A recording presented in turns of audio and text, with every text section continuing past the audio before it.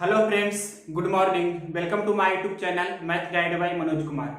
आज आपको हम 30 क्वेश्चंस का प्रैक्टिस कराएंगे। आपको जो भी क्वेश्चंस होगा सभी क्वेश्चंस 5 मार्च 2021 का शिफ्ट 1 और शिफ्ट 2 दोनों का, जिससे हमने नाम दिया है ऑल शिफ्ट्स का क्वेश्चंस रहेगा। तो इसका ये पार्ट 1 है और पार्ट 2 भी रहेगा। जो और क्वेश्चंस आएगा तो वो करा देंगे पार्ट 2 में। तो पार्ट 1 में हमने 30 क्वेश्चंस का कलेक्शन किया है। जो भी क्वेश्चंस है सभी रियल क्वेश्चंस है और उसका सोल्यूशन आप किसी से भी कंपेयर कर सकते हैं। सबसे बेस्ट सोल्यूशन होगा, जैसे देखिए क्वेश्चन नंबर फर्स्ट को ही आप कंप्लीट वीडियो देखिए, आपको हर एक क्वेश्चंस का कुछ न कुछ नया तरीका बनाने का अवश्य मिलेगा। जहां से भी आप पढ़े हैं उनसे आप तुलना कर सकते हैं। कोई भी फैकल्टी हो आप उनसे देख सकते हैं तुलना करके मेरे मेथड से। तो देखिए मेथड फर्स्ट, जो क्वेश्चन लिखा गया है, क्वेश्चन पहले समझाते हैं कि जमीन पर ये कोई बिंदु है और ये मीनार है। तो जमीन पर कोई बिंदु से मीनार का शीर्ष का उन्नयन कोण 30 डिग्री है। मीनार की ओर 20 सेंटीमीटर चलने पर उन्नयन कोण कितना हो जाता है? 60 डिग्री हो जाता है। मतलब 30 डिग्री से 60 डिग्री हो जाता है। तो ये मीनार की ऊंचाई आपको बताना है। इस प्रकार के फिगर आपको बनाना जानते होंगे। एक फार्मूला होता है, फार्मूला से या बेसिक से बनाते हैं, तो दो कोणों का यूज करके बनाते हैं। लेकिन मेरा मेथड देखिए, मेथड फर्स्ट, और ये मेथड फर्स्ट है जो सबसे बेस्ट मेथड है। आपको मेरा प्लेलिस्ट वाले वीडियो में जाकर देखना होगा कि कैसे हमने बताया है टेबल्स के सहारे। तो देखिए आपको ऊंचाई निकालना है। तो ऊंचाई निकालना है तो क्या करते हैं, जो भी दूरी दिया रहता है उसको आधा कर देते हैं। और 30 डिग्री से 60 डिग्री के बीच होता है कोण इंटरचेंज, तो क्या करते हैं √3 से गुना करते हैं। तो यही आपके प्रश्न का आंसर हो जाएगा। मतलब 10√3 आपका इतना सेंटीमीटर आंसर हो जाएगा। या इसे आप डेसिमल में करेंगे तो √3 का मान होता है 1.732, तो 0.1 अंक आगे चल जाएगा। कहने का मतलब 17.32 सेंटीमीटर आपका फाइनल आंसर होगा। या इसका मेथड सेकंड भी आपको बता रहे हैं। मेथड सेकंड ध्यान से देखिए, मेथड सेकंड रेशियो मेथड से यूज कर रहे हैं। मेथड सेकंड आपको बता रहे हैं रेशियो मेथड। तो रेशियो मेथड क्या कहता है, जो देखिए ध्यान से, ये 60 डिग्री और 30 डिग्री का जो रेशियो होता है क्या होता है आपको पता होना चाहिए। ये रेशियो होता है 1:2 का। मतलब 2 यूनिट का वैल्यू कितना दिया है, 20 सेंटीमीटर। 2 यूनिट का वैल्यू 20 सेंटीमीटर, तो 1 यूनिट का वैल्यू कितना होगा, 10 सेंटीमीटर। कहने का मतलब इतना दूर की लंबाई कितना है, 20 सेंटीमीटर, तो 1 यूनिट का लंबाई कितना होगा, ये 10 सेंटीमीटर। अब देखिए ये 60 डिग्री है। अगर जो इस ट्रायंगल में हम देखें तो यहाँ 60 डिग्री है, ये तो 90 डिग्री है ही, तो ये कितना हो जाएगा, 30 डिग्री। और आप जानते हैं कि ये 10 है, तो 30 डिग्री के साथ जो भुजा रहती है उसे निकालने के लिए √3 से गुना करते हैं। मतलब ये 10 है तो ये वाला कितना हो जाएगा, 10√3। यही आपका आंसर हो जाएगा। तो ये आपका रेशियो मेथड बताए हैं 1:2 के रिस्पेक्ट में। और ये आपका y हमने टेबल मेथड बताया था। और भी एक फॉर्मूला होता है, ये यहाँ पर अगर जो हम इसे d मान ले और इसे h मानते हैं तो d बराबर होता है h cot θ1 माइनस cot θ2। इसे भी आप यूज कर सकते हैं। इसे θ1 मान लीजिए, इसे θ2 मान लीजिए। तो θ1 छोटा रहना चाहिए और θ2 बड़ा रहना चाहिए, ये कंसेप्ट है। तो इसका भी यूज कीजिएगा तो भी आप निकाल सकते हैं। d का मान आपको 20 दिया है, θ1 के जगह पर कितना रख दीजिएगा, 30 डिग्री, और यहाँ रख दीजिएगा कितना, 60 डिग्री। बहुत सारे मेथड से हमने 3, 4, 5 मेथड से बताया है अपने बेसिक वीडियो में। किरण का सॉल्यूशन भी दिया। तो इस प्रकार के क्वेश्चन जो भी मिले आपको उसका मात्र 1 सेकंड के अंदर, 2 सेकंड के अंदर ही बना सकते हैं इस मेथड से। तो देखिए क्वेश्चन नंबर 1 के बाद क्वेश्चन नंबर 2। क्वेश्चन नंबर देखिए सेकंड नंबर क्वेश्चन कर रहा है कि एक ट्रेन 10 किलोमीटर प्रति घंटा से तथा दूसरा ट्रेन 14 किलोमीटर प्रति घंटा से एक दूसरे की ओर चलती है। मान लें कि स्थान ए और स्थान बी के बीच की दूरी आपके प्रश्न में दिया है 24 किलोमीटर, और स्थान ए से ट्रेन एक्स चल रहा है 10 के स्पीड से, और स्थान बी से दूसरा ट्रेन जिसका नाम हमने वाई दिया है वो चल रहा है 14 किलोमीटर प्रति घंटा का स्पीड से। तो दोनों एक दूसरे से कब मिलेगी, यही आपके प्रश्न है। तो ऐसे प्रश्न को कैसे बनाते हैं, डायरेक्ट फॉर्मूला यूज करेंगे। समय बराबर क्या होता है, दूरी बटे 4, और 4 यहाँ पर क्या होगा, जब दोनों एक दूसरे के विपरीत दिशा में रहता है तो सापेक्षिक चाल जुड़ता है, और सेम डायरेक्शन में रहता है तो सापेक्षिक चाल घटता है। तो यहाँ पर दोनों विपरीत दिशा में है तो सापेक्षिक चाल जुटेगा। कहने का मतलब 24 किलोमीटर तो आपके प्रश्न में दिया है दूरी, और सापेक्षिक चाल क्या हो जाएगा, 24, 10 और 14 कितना हो जाएगा, 24। तो इस प्रकार से 24 क्या हो जाएगा, किलोमीटर प्रति घंटा। ये किलोमीटर से किलोमीटर कैंसिल हो जाएगा, 24 से 24 कैंसिल हो जाएगा, घंटा ऊपर जाएगा। कहने का मतलब 1 आवर आपके प्रश्न का आंसर हो जाएगा। क्वेश्चन नंबर ये 2 था। अब देखिए क्वेश्चन नंबर 3 नंबर क्वेश्चन कर रहा है कि ए बी से 3 गुना कार्य कुशल है। ए है जो बी से 3 गुना कार्य कुशल है, इस प्रकार से आपके प्रश्न में दिया है, ये क्षमता दिया गया है। आगे प्रश्न में लिखा है बी ए से 20 दिन ज्यादा समय लेता है, तो बी उसी कार्य को कितने दिन में पूरा करेगा। तो यहाँ पर देखिए क्षमता का अनुपात 3:1 है, तो टाइम का कितना हो जाएगा 1:3। यहाँ बी कितना ज्यादा ले रहा है, 2 ज्यादा ले रहा है, तो 2 रेशियो का वैल्यू आपके प्रश्न में कितना दिया है 20, मतलब 1 रेशियो का वैल्यू कितना हो जाएगा 10। तो 1 रेशियो का वैल्यू 10 हो गया, तो आपके प्रश्न में क्या पूछा है बी कितना समय लेगा, मतलब 3 रेशियो का वैल्यू कितना हो जाएगा, तो 3 गुना 10 कहने का मतलब 30 दिन आपके प्रश्न का आंसर हो जाएगा। क्वेश्चन नंबर ये था आपका थर्ड। अब देखिए क्वेश्चन नंबर देखिए 4, ये बहुत इजी क्वेश्चन है, आपको पता होना चाहिए। दोनों का बेस सेम है, तो भागा में पावर घटता है, यानी कि 47 पर पावर कितना हो जाएगा 7.5 में से 1.5 जाएगा, तो कितना हो जाएगा 3/2 का मतलब हम इसे लिख सकते हैं, ये कितना लिखा गया है 1.5, तो 7.5 में से 1.5 घटाएंगे तो कितना हो जाएगा 6 हो जाएगा, मतलब 47 पे पावर कितना हो गया 6, और गुना अब ये कितना है 47 पे पावर कितना -3 बराबर कितना है 47। ये जो रूट है इसे हम लिख सकते हैं 1/2, और इस पर पावर कितना है 1, इतना दिया गया आपके प्रश्न में। अब देखिए 47 की पावर यहाँ कितना हो जाएगा 6 और प्लस -3, तो -3 एक बार लिख देते हैं, और या आप ऐसे भी लिख सकते हैं 6 और प्लस -3, तो 6 - 3 3 हो जाएगा एक बार। यहाँ पर 47 की पावर कितना हो जाएगा, भाट को आप x भी मान सकते हैं, भाट को x मान लिए, तो समझने के लिए कितना हो जाएगा 47 पे पावर हो जाएगा x/2।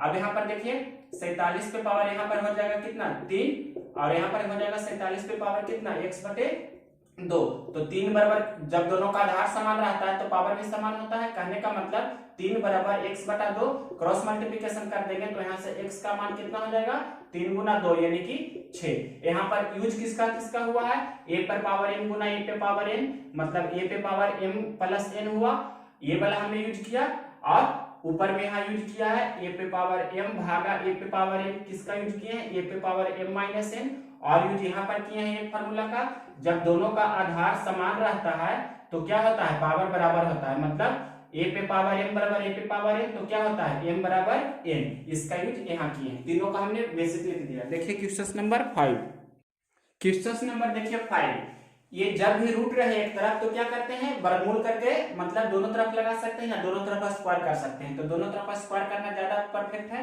तो दोनों तरफ हम स्क्वायर कर रहे हैं, तो दोनों तरफ स्क्वायर कर देंगे तो देखिए यहाँ पर क्या हो जाएगा, ये तो कैंसिल हो जाएगा स्क्वायर से रूट, यहाँ पर 625 बटा कितना हो गया x, और ये कितना हो गया 1 का स्क्वायर 1 और 5 का स्क्वायर 25, मतलब x का मान कितना हो जाएगा 625 गुना 25, तो गुना कर लीजिए तो कितना हो जाएगा 25 25 25 से 12, 25 दूनी 50 12 62, 6 25 6 150 और 6 कितना हो जाएगा 156, 150 और 6 156 होता है, ये आपका आंसर होगा।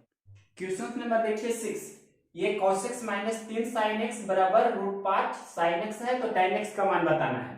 यहाँ पर से sin x को एक तरफ कर लेते हैं, तो -3x उस तरफ जाएगा तो +3x हो जाएगा, और sin x कॉमन हो जाएगा तो कितना हो जाएगा 3 प्लस कितना हो जाएगा √5, इतना समझे, -3x को इस तरफ भेज दिए हैं। तो अब यहाँ पर से आपको इस प्रकार से लिख सकते हैं कि ये कितना है sin x है, और cos x को हम इधर ले लाते हैं तो कितना हो जाएगा cos x, या आपको ऐसे समझा देते हैं कि sin x इंटू 3 प्लस √5 जो लिखे हैं, और cos x को हम इस तरफ बराबर में लिख दिए, हमें tan x चाहिए तो cos x को इस तरफ ले लाते हैं, मतलब sin x है और बटा क्या हो जाएगा cos x, और बराबर इधर यहाँ पर 1 है तो ये इस तरफ जाएगा तो कितना हो जाएगा 3 प्लस √5, तो इसका मान क्या होता है tan x होता है, और इसे हम परिमेयकरण अगर जो कर देंगे तो 3 माइनस √5 से ऊपर नीचे गुना कर सकते हैं, तो क्या हो जाएगा आपका अंश में तो 3 माइनस √5 रहेगा, नीचे 3 3 9 में से 5 जाएगा तो कितना हो जाएगा 4, यही आपके प्रश्न का आंसर होगा।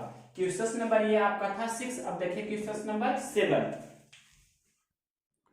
क्वेश्चन नंबर देखिए 7, 5/6 7/8 11/13 17/18, इसको आपको इंक्रीजिंग ऑर्डर में लिखना है, तो इसे अंतर समान डिफरेंस समान करके बना सकते हैं, तो 5 और 6 का अंतर 1 है, 7 और 8 का अंतर 1 है, 11 और 13 का अंतर कितना है 2 है, यहाँ 17 और 18 का अंतर कितना है 1 है, तो अंतर देखिए सभी जगह 1 है लेकिन यहाँ पर 2 है, तो हम सभी जगह अंतर 2 कर सकते हैं, तो सबसे पहले वैसे कर लेते हैं, मतलब 2 से ऊपर नीचे गुना कर लेते हैं, मतलब 10 बटा कितना हो गया 12, ये हो जाएगा 14 बटा कितना हो जाएगा 16, ये हो जाएगा आपका कितना 11/13, ये ऐसे ही रहेगा, और ये कितना हो जाएगा 17 दूनी 34 बटा 18 दूनी 36 हो जाएगा।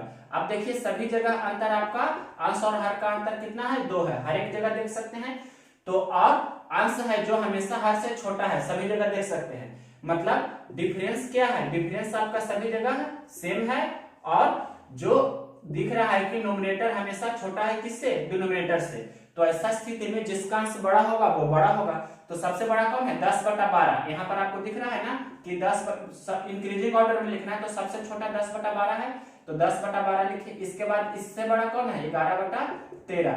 इससे बाद मतलब 14/16, और इसके बाद कितना है, 34/36। अब ये किसका रूप है, 10/12 है, जो कि किसका है, 5/6 का। 11/13 किसका है, 11/13 खुद अपने का ही है, और 14/16 कहने का मतलब किसका है, ये 7/8 का है, और 34/36 जो लिखे ये किसका है, तो 17/18 का है। ये आपके प्रश्न का आंसर हो जाएगा इंक्रीजिंग ऑर्डर में, असेंडिंग ऑर्डर जिसे बोलते हैं। और अगर ये डिक्रीजिंग ऑर्डर में पूछता तो पहले ये होता, फिर ये होता, फिर ये होता, फिर ये होता। क्वेश्चन नंबर 7 के बाद देखिए 8 नंबर क्वेश्चन नंबर 8 कह रहा है कि 1549 में क्या जोड़ा जाए कि यह 2, 3, 7, 5 से विभाज्य हो जाए। 1549 में क्या जोड़ा जाए कि यह 2, 3, 5, 7 से विभाज्य हो जाए। 2, 3, 5 और 7 इससे यह विभाज्य हो जाए। ये आपके प्रश्न में दिया गया है, से विभाज्य हो। ऐसा प्रश्न को कैसे बनाते हैं, तो 2, 3, 5, 7 का क्या लेते हैं, एलसीएम। तो एलसीएम कितना हो जाएगा, 3 दूनी 6, 6 पचे 30, 30 सत्ते 210। एलसीएम आपका हो गया 210। अब आपको दो तरीका बताते हैं। पहला तरीका, तो इसका मतलब 210 जो लिखे हैं इसमें हम के से गुना करें और इसके नजदीक पहुंचना है। तो के से कितना से गुना करने पर नजदीक में पहुंचेंगे, तो वो बताइएगा। और दूसरा तरीका इसका है, मेथड दूसरा बता रहे हैं। मेथड दूसरा में जो एलसीएम आया है 210, तो इसी 210 से आपको भाग लगाना है 1549 में, और जितना बार भाग लगेगा उससे एक ज्यादा बार लगाना है, क्योंकि जोड़ने की बात कर रही है। तो 21 और 60 से 21 सत्ते 47 होता है, 7 बार लग रहा है पूरा पूरी, तो 7 बार नहीं 8 बार लगा देंगे, तो कितना हो जाएगा 1680। अब घटा देंगे, तो घटाएंगे उल्टा घटाएंगे, मतलब इससे इसमें घटाएंगे, तो 10 में से 9 जाएगा तो 1, यहाँ पर 7 में से 4 जाएगा तो 3, और 6 में से 5 जाएगा तो 1। कहने का मतलब 131 आया, यही आपका आंसर हो जाएगा, मतलब 131 जोड़ने पर। और मेथड सेकंड आपका ये होता कि यहाँ पर जो लिखा गया है 1549 में क्या जोड़े कि आपका 2, 3, 5, 7 से विभाज्य हो जाए। कहने का मतलब इसका एलसीएम का मल्टीपल जो है 200, मतलब 210 का जो भी मल्टीपल होगा, मान लीजिए कि के टाइम्स होगा, तो के का मान कितना रखना होगा, 8 रखना होगा। के का मान 8 रखेंगे तो कितना हो जाएगा 1680। कहने का मतलब 1549 में हम कितना जोड़े कि पूरा पूरी कट जाए 2, 3, 7, 5, 7 से, तो भाग के जगह पर कितना होगा, 1680 में से आप 1549 घटाइएगा तो यहाँ पर हो जाएगा आपका 131 आंसर। ये आपका मेथड सेकंड था। मेथड फर्स्ट ये है। अगर जो इसी क्वेश्चन में पूछता घटाने की बात कहता, तो जितना बार लगता वही जो शेष आता वो आपका आंसर हो जाता। तो इसका भी हमने स्पेशल वीडियो बनाया हुआ है शॉर्ट वीडियो में। क्वेश्चन नंबर देखिए 9 नंबर क्वेश्चन कह रहा है कि कोई धन 10% और 12% वार्षिक साधारण ब्याज की दर से उधार दिया जाता है और कुल ब्याज 1650 रुपया मिलता है, तो वह धनराशि बताइए। तो 10% और 12%, तो 10% का ब्याज कितना होगा, वार्षिक है तो 10 गुना 1 मतलब 10% ही, और 12% का भी 12 गुना 1 मतलब 12%। तो 10 और 12 तो टोटल कितना हो जाएगा ब्याज, 12, 10, 22%। 22% का वैल्यू आपके प्रश्न में कितना दिया है, 1650 रुपया। इस प्रकार से दिया गया है। तो 1% का वैल्यू निकाल लीजिए, तो 1% का वैल्यू कितना होगा 1650/22। इसे कैंसिल कर लीजिए। 11 से 11 दूनी 22, 11 कम 11, 11 पच्चे 55, और 2 से 75 दूनी 150। कहने का मतलब 1% का वैल्यू कितना हो गया 75 रुपया। तो मूलधन आपसे पूछ रहा है प्रश्न में, मूलधन का मतलब कितना होता है 100%, तो 100% का वैल्यू कितना होगा 7500। 1% का 75 रुपया, तो 100% का 7500 रुपया। यही आपके प्रश्न का आंसर हो जाएगा। नेक्स्ट क्वेश्चन देखिए, क्वेश्चन नंबर 9 के बाद क्वेश्चन नंबर 10। ये क्वेश्चन है, किसी घन की भुजा को दुगनी कर दी जाए तो इसके आयतन पर क्या प्रभाव पड़ेगा। मतलब कोई भी घन है, तो घन की भुजा है, इसका रेशियो को क्या कर रहे हैं दुगना, मतलब पहला घन 1 सेंटीमीटर का है तो दूसरा घन 2 सेंटीमीटर का हो जाएगा। मतलब 1:2 दिया है घन की भुजा। भुजा को हम लिख रहे हैं ए से, तो घन की भुजा 1:2 हो गया। तो अगर जो आपके प्रश्न में पूछता कि इसका क्षेत्रफल क्या हो जाता है, तो क्षेत्रफल इसका स्क्वायर हो जाता है, मतलब क्षेत्रफल हो जाता है कितना 1:4। और आपके प्रश्न में पूछ रहा है आयतन, तो आयतन क्या हो जाता है क्यूब हो जाता है। कहने का मतलब 1 का क्यूब और कितना हो जाएगा 2 का क्यूब, तो कितना हो जाएगा 1:8। तो ये आपके प्रश्न का आंसर हो जाएगा। क्षेत्रफल पूछता है तो 1:4। अगर जो आपके प्रश्न में पूछे कि क्षेत्रफल पर क्या प्रभाव पड़ेगा तो n² माइनस 1 गुना 100 इतना परसेंट हो जाएगा। और अगर जो आपके प्रश्न में पूछे कि आयतन पर क्या प्रभाव पड़ेगा तो क्या हो जाएगा NQ माइनस 1 गुना इतना 100%। तो NQ कहने का मतलब 1 से 4 गुना 1 से 4 हो रहा है, इसका मतलब 4 गुना हो रहा है। तो यहाँ पर लिखते क्षेत्रफल पूछता तो 4 माइनस 1 मतलब 300% हो जाता, ये कितना हो जाता 700%। क्षेत्रफल पूछता तो कितना हो जाता, ये डायरेक्ट n के जगह पर कितना रखते 4, डायरेक्ट देख रहे हैं 4 गुना हो रहा है तो n के जगह पर मतलब 4 माइनस 1 ये हो जाता 300%, ये कितना हो जाता है 700%। ये आप समझ सकते हैं। क्वेश्चन नंबर 10 के बाद देखिए क्वेश्चन नंबर 11। क्वेश्चन नंबर देखिए 11, 1 माइनस cos 300 डिग्री बटे 2 का मान आपको निकालना है। तो इधर पहले सबसे पहले cos 300 डिग्री का मान आपको निकाल कर बता देते हैं। इसे आप क्या लिख सकते हैं, cos 90 पर अगर जो लेते हैं तो 90 गुना 3, 90 के 270 और 30 जोड़ देंगे, इतना हो जाएगा। तो आपको पता होगा कि ऑड मल्टीपुल ऑफ π/2 मतलब 2n+1 के साथ क्या रहता है, मतलब 90 डिग्री के साथ विषम गुणज रहता है, यानी कि 1 3 5 7। तो साइन कॉस में कॉस साइन में, टैन कॉट में कॉट टैन में, सेक कोसेक में कोसेक सेक में चेंज हो जाता है।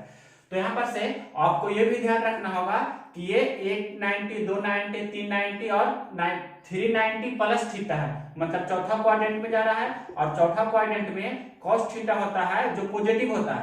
तो यहाँ पर से क्या हो जाएगा, cos पहले 90 का ऑड मल्टीपुल है तो क्या हो जाएगा साइन में चेंज करेगा तो साइन, और 30 डिग्री है तो 30 डिग्री लिखेंगे, और साइन 30 का मान होता है 1/2। इसका निकालने का दूसरा तरीका है कि cos 300 डिग्री को आप लिख सकते हैं cos 360 डिग्री माइनस कितना यहाँ पर 60 डिग्री, ऐसे भी लिख सकते हैं। और 360 पूरा यहाँ तक होता है और माइनस कर रहे हैं मतलब चौथा क्वाड्रेंट में जा रहा है, चौथा में cos सिर्फ पॉजिटिव होता है, तो यहाँ पर डायरेक्ट लिख सकते हैं कि cos 60 डिग्री। तो यहाँ पर से आपका मान हो जाएगा 1/2, ऐसे भी निकाल सकते हैं। तो अब यहाँ देखिए रख रहे हैं 1 माइनस कितना हो जाएगा 1/2 बटे कितना 2। अब क्लियरली दिख रहा होगा, एक में से आधा घटाएंगे तो आधा ही होगा ना, और बटा ये 2 है, 2 को 2/1 लिख देते हैं। तो आपको 1 बटा कितना हो जाएगा 4, और 1/4 का वर्गमूल कितना हो जाएगा 1/2। तो ये आपके प्रश्न का आंसर हो जाएगा। क्वेश्चन नंबर आपका था ये 11। इसके बाद देखिए क्वेश्चन नंबर 12 नंबर क्वेश्चन कह रहा है कि किसी अर्धगोलक का आयतन 19,404 वर्ग घन सेंटीमीटर है तो उसका त्रिज्या बताइए। तो अर्धगोला का आपको पता होना चाहिए अर्धगोला का आयतन क्या होता है। आपके प्रश्न में अर्धगोला का आयतन कितना दिया गया है, अर्धगोला का आयतन दिया है 19,404 इतना दिया है सेंटीमीटर क्यूब। तो आपके प्रश्न में इसका रेडियस पूछ रहा है कितना होगा जो, तो अर्धगोला का आयतन होता है 2/3 पाई का मान 22/7 r3 इस प्रकार से।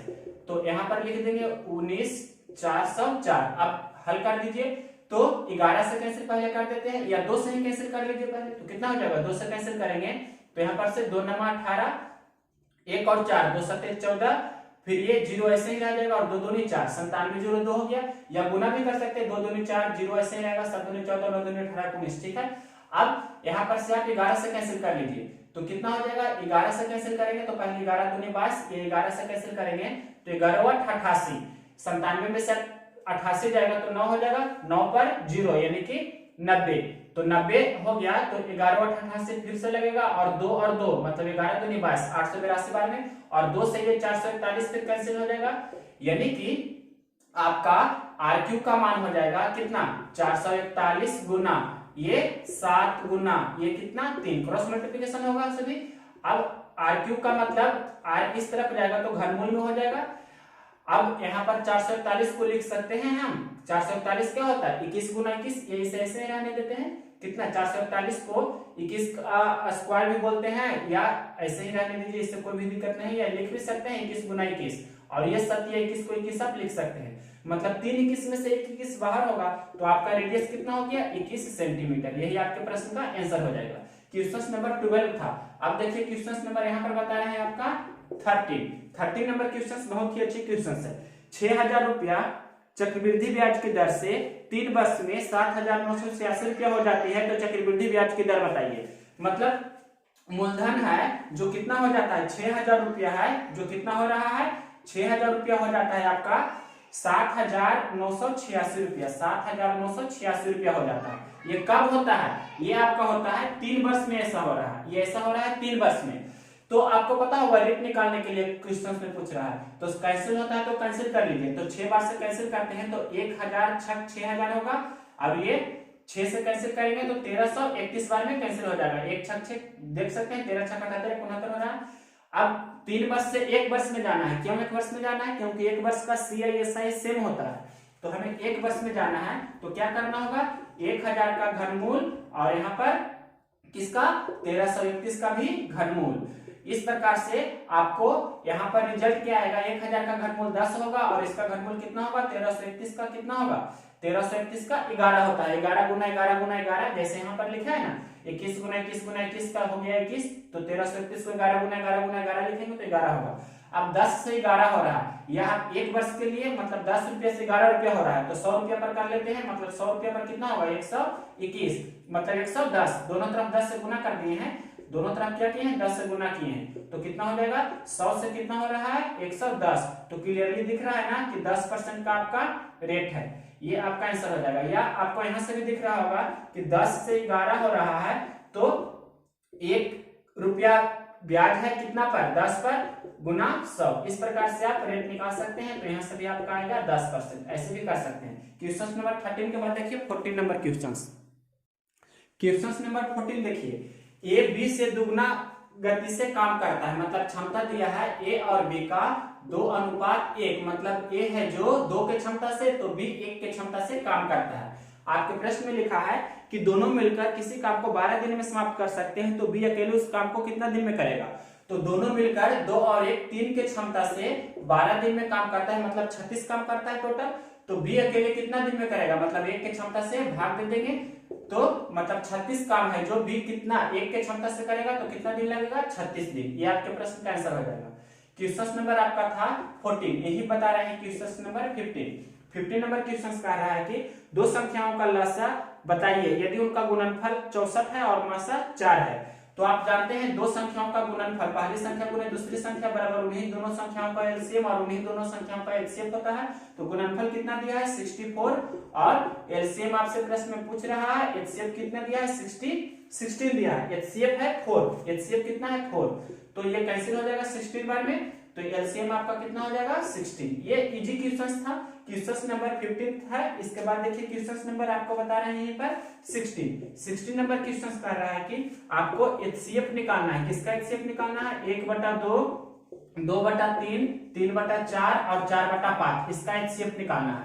तो एचसीएफ निकालना है तो अंश में जो भी लिखा है उसका क्या करते हैं एचसीएफ, और हर में जो भी लिखा रहता है उसका क्या करते हैं एलसीएम। तो एलसीएम 2 3 4 5 का एलसीएम कितना होगा 2 4 का 4 हो जाएगा, 4 के 12 5 60, एलसीएम 7 हो गया।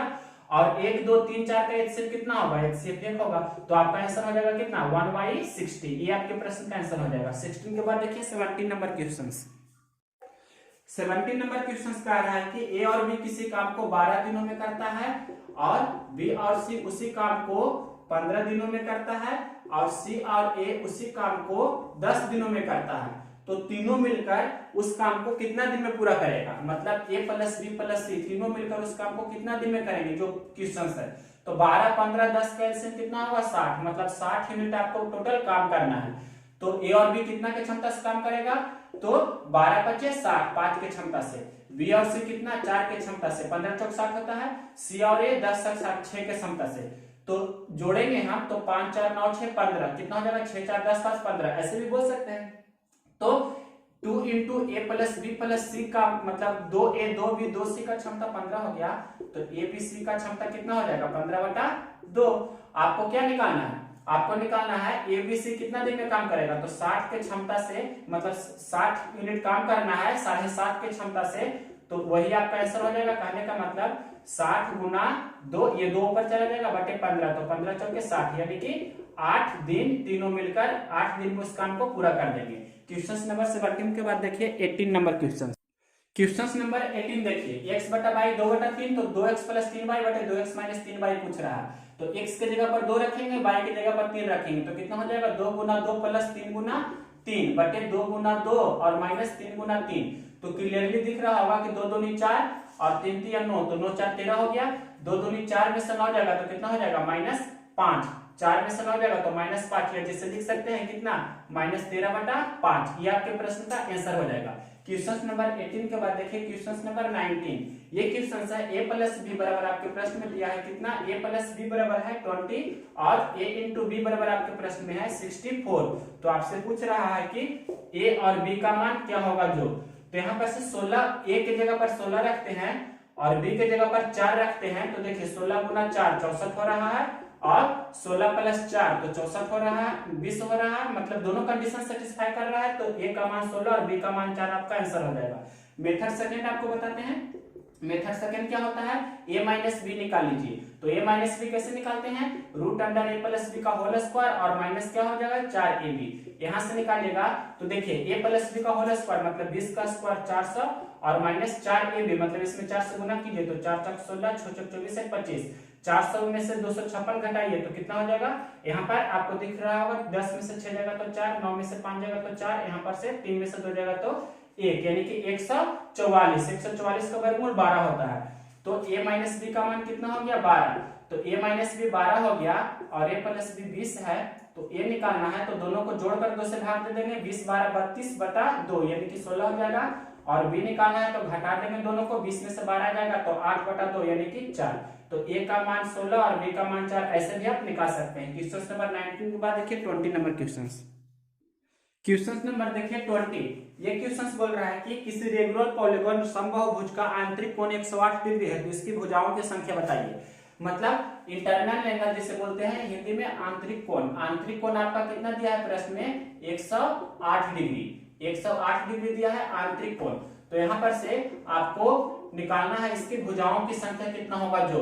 तो आंतरिक कोण 108 डिग्री है तो आप जानते हैं कि किसी भी समबाहुभुज का आंतरिक कोण और बाह्य कोण का योगफल कितना होता है 180 डिग्री। तो आंतरिक कोण है 108 डिग्री तो बाह्य कोण कितना होगा 72 डिग्री होगा। और आप जानते हैं किसी भी समबाहुभुज की भुजाओं की संख्या कैसे निकालते हैं, 360 डिग्री में प्रत्येक बाह्य कोण से डिवाइड करते हैं, कहने का मतलब 72 डिग्री से। तो 72 25 कितना होता है 360। तो उस बहुभुज की भुजाओं की संख्या 5 हो जाएगी, कहने का मतलब ये आपका पेंटागन है। क्वेश्चन नंबर 20 के बाद देखिए 21 नंबर क्वेश्चन है 12 वस्तुओं का क्रयमूल 8 वस्तुओं के विक्रयमूल के बराबर है। 12 वस्तुओं का क्रयमूल है जो 8 वस्तुओं के विक्रयमूल के बराबर है। तो यहाँ से क्रयमूल और विक्रयमूल का रेशियो निकाल लीजिए तो 8:12 होगा। तो 4 दूनी 8, 4 तिया 12, 2:3 हुआ। इसे 100 पर ले जाइए तो 50 से गुना कर देते हैं, मतलब 50 दूनी 100, 50 तिया 150। 100 रुपए में खरीद रहा है, 150 रुपए में बेच रहा है, तो 50% का आपका प्रॉफिट हो रहा है, यही आपका आंसर होगा। क्वेश्चन नंबर ये था 21। अब देखिए क्वेश्चन नंबर यही बता रहे हैं 22 नंबर क्वेश्चन क्या कह रहा है, ये लिखा गया है 0.008 अपॉन x, अब फिर बराबर में लिखा है 0.01 बटे 1 लिख सकते हैं और x का मान आपसे पूछ रहा है। तो यहाँ पर से डेसिमल हटाइए, आपका क्वेश्चन बन जाएगा। तो यहाँ लिख सकते हैं 8 बटा x गुना क्या लिख सकते हैं 1000 और ये 1 बटा 1 गुना नीचे लिख सकते हैं 100। 2 जीरो से 2 जीरो कैंसिल हो जाएगा, ये 10 बटा 8, 8 बटा 10 को 0.8 लिखेंगे, मतलब x का मान क्रॉस मल्टीप्लिकेशन करेंगे तो x गुना 1, x बराबर 8 बटा 10 को 0.8 लिख सकते हैं गुना 1, मतलब यही आपका आंसर हो जाएगा। 8 बटा 10 को आप लिख सकते हैं कितना 4 बटा 5 भी, मतलब जो भी ऑप्शन होगा जैसा वो आप आंसर कर सकते हैं। 22 के बाद देखिए 23 क्वेश्चन नंबर देखिए 23। 544 का स्क्वायर माइनस 256 का स्क्वायर का वर्गमूल निकालना है। वर्गमूल निकालना है तो यहाँ पर आपको रूल पता होना चाहिए, ए स्क्वायर माइनस बी स्क्वायर बराबर ए प्लस बी इंटू ए माइनस बी, इसका यूज करेंगे। तो यहाँ पर क्या हो जाएगा 544 और प्लस कितना हो जाएगा 256, फिर इंटू 544 और माइनस हो जाएगा 256। इसे सिंप्लीफिकेशन कीजिए थोड़ा सा, तो 544 और 256 को जोड़िए तो 6 4 10, 5 4 9 1 10 और 5 2 7 1 8। 800 गुना ये घटा देंगे तो 14 में से 6 जाएगा तो 8, 13 में से 5 जाएगा तो 8, 4 में से 2 जाएगा तो 2। अब यहाँ पर से आपको दिख रहा होगा या 800 को ब्रेक कर लीजिए, तो 800 को ब्रेक करेंगे तो लिख सकते हैं 400 गुना 2। अब इसे 288 को ब्रेक करेंगे तो क्या लिखेंगे 2 गुना 144 लिख सकते हैं। यहाँ पर से 400 का वर्गमूल 20 हो गया, ये 2 से 1 2 बाहर हो जाएगा और 144 का 12 हो जाएगा, तो 12 दूनी 24 दूनी 48, यानी कि 480 आपके प्रश्न का आंसर हो जाएगा। नेक्स्ट क्वेश्चन नंबर देखिए 24। कोई वस्तु 1 रुपये में 12 की दर से खरीदी गई, मतलब क्रेमुल आपके प्रश्न में दिया है रुपया बटा वस्तु, मतलब 1/12 रुपया दिया गया है आपका क्रेमुल, और 20% लाभ पर उसे 1 रुपया में कितना वस्तु बेचना होगा, मतलब सेलिंग प्राइस आपको निकालना है। तो 1/12 गुना 20% लाभ पर क्रेमुल होगा 120/100। तो ये 1 0 से 1 0 और 12 से 12 कैंसिल हो जाएगा, 1/10। कहने का मतलब 1 रुपया में कितना 10 वस्तु आपको बेचना होगा, या लिख भी सकते हैं इस प्रकार से कि 1 रुपया में 10 वस्तु बेचना होगा। जो भी ऑप्शन होगा 10 12 11, तो उसमें से 10 आपका आंसर हो जाएगा। क्वेश्चन नंबर देखिए 25 नंबर क्वेश्चन है। दो संख्याओं का अनुपात 6:13 है, मतलब दो संख्या है जिसका अनुपात आपके प्रश्न में दिया है 6:13, और आगे प्रश्न में लिखा है कि उनका मौसा निकालिए, ये लसा दिया है, मतलब एलसीएम है 468। तो यहाँ पर दोनों संख्याओं का एलसीएम कितना हो जाएगा, तो 13 और 6 का एलसीएम हो जाएगा 78, और 13 और 6 का एचसीएफ कितना हो जाएगा, तो 1। तो यहाँ पर आपके प्रश्न में 78 रेशियो का वैल्यू कितना दिया है, 468, यानी कि प्रश्न में एलसीएम दिया है कितना 468, रेशियो में एलसीएम कितना है 78, तो 78 रेशियो का वैल्यू 468, तो एक रेशियो का वैल्यू 478/68, तो 6 बार में कैंसिल हो जाएगा, यानी कि एक रेशियो का वैल्यू 6। तो मासा पूछ रहा है, तो एक रेशियो का वैल्यू कितना हो गया 6, तो यही मासा आपका 6 आंसर हो जाएगा। पहली संख्या दूसरी संख्या पूछता तो 6 से गुना करते, मतलब 36 और 78 आपका दोनों संख्या हो जाता। क्वेश्चन नंबर 25 के बाद देखिए 26 नंबर देखिए। ए किसी काम को 20 दिनों में करता है, बी की क्षमता ए से 75% अधिक है।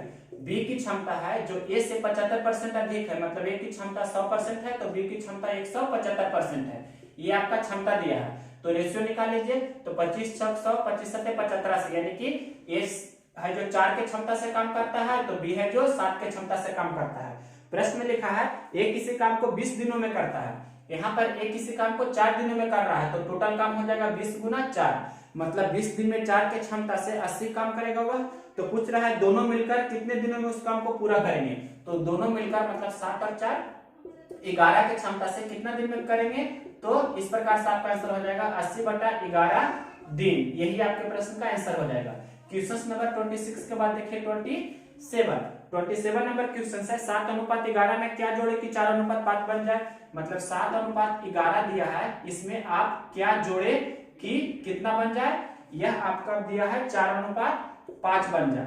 तो देखिए क्रॉस मल्टीप्लिकेशन करते हैं इस प्रकार से, तो 7 × 5 = 35, और ये कितना हो जाता है 11 × 4 = 44, तो दोनों का अंतर कितना होता है 35 और 44 का अंतर 9 होता है, मतलब x का मान कितना हो जाएगा 9 जोड़ने पर, यही आपके प्रश्न का आंसर हो जाएगा। क्वेश्चन नंबर ये था 27 के बाद देखिए 28।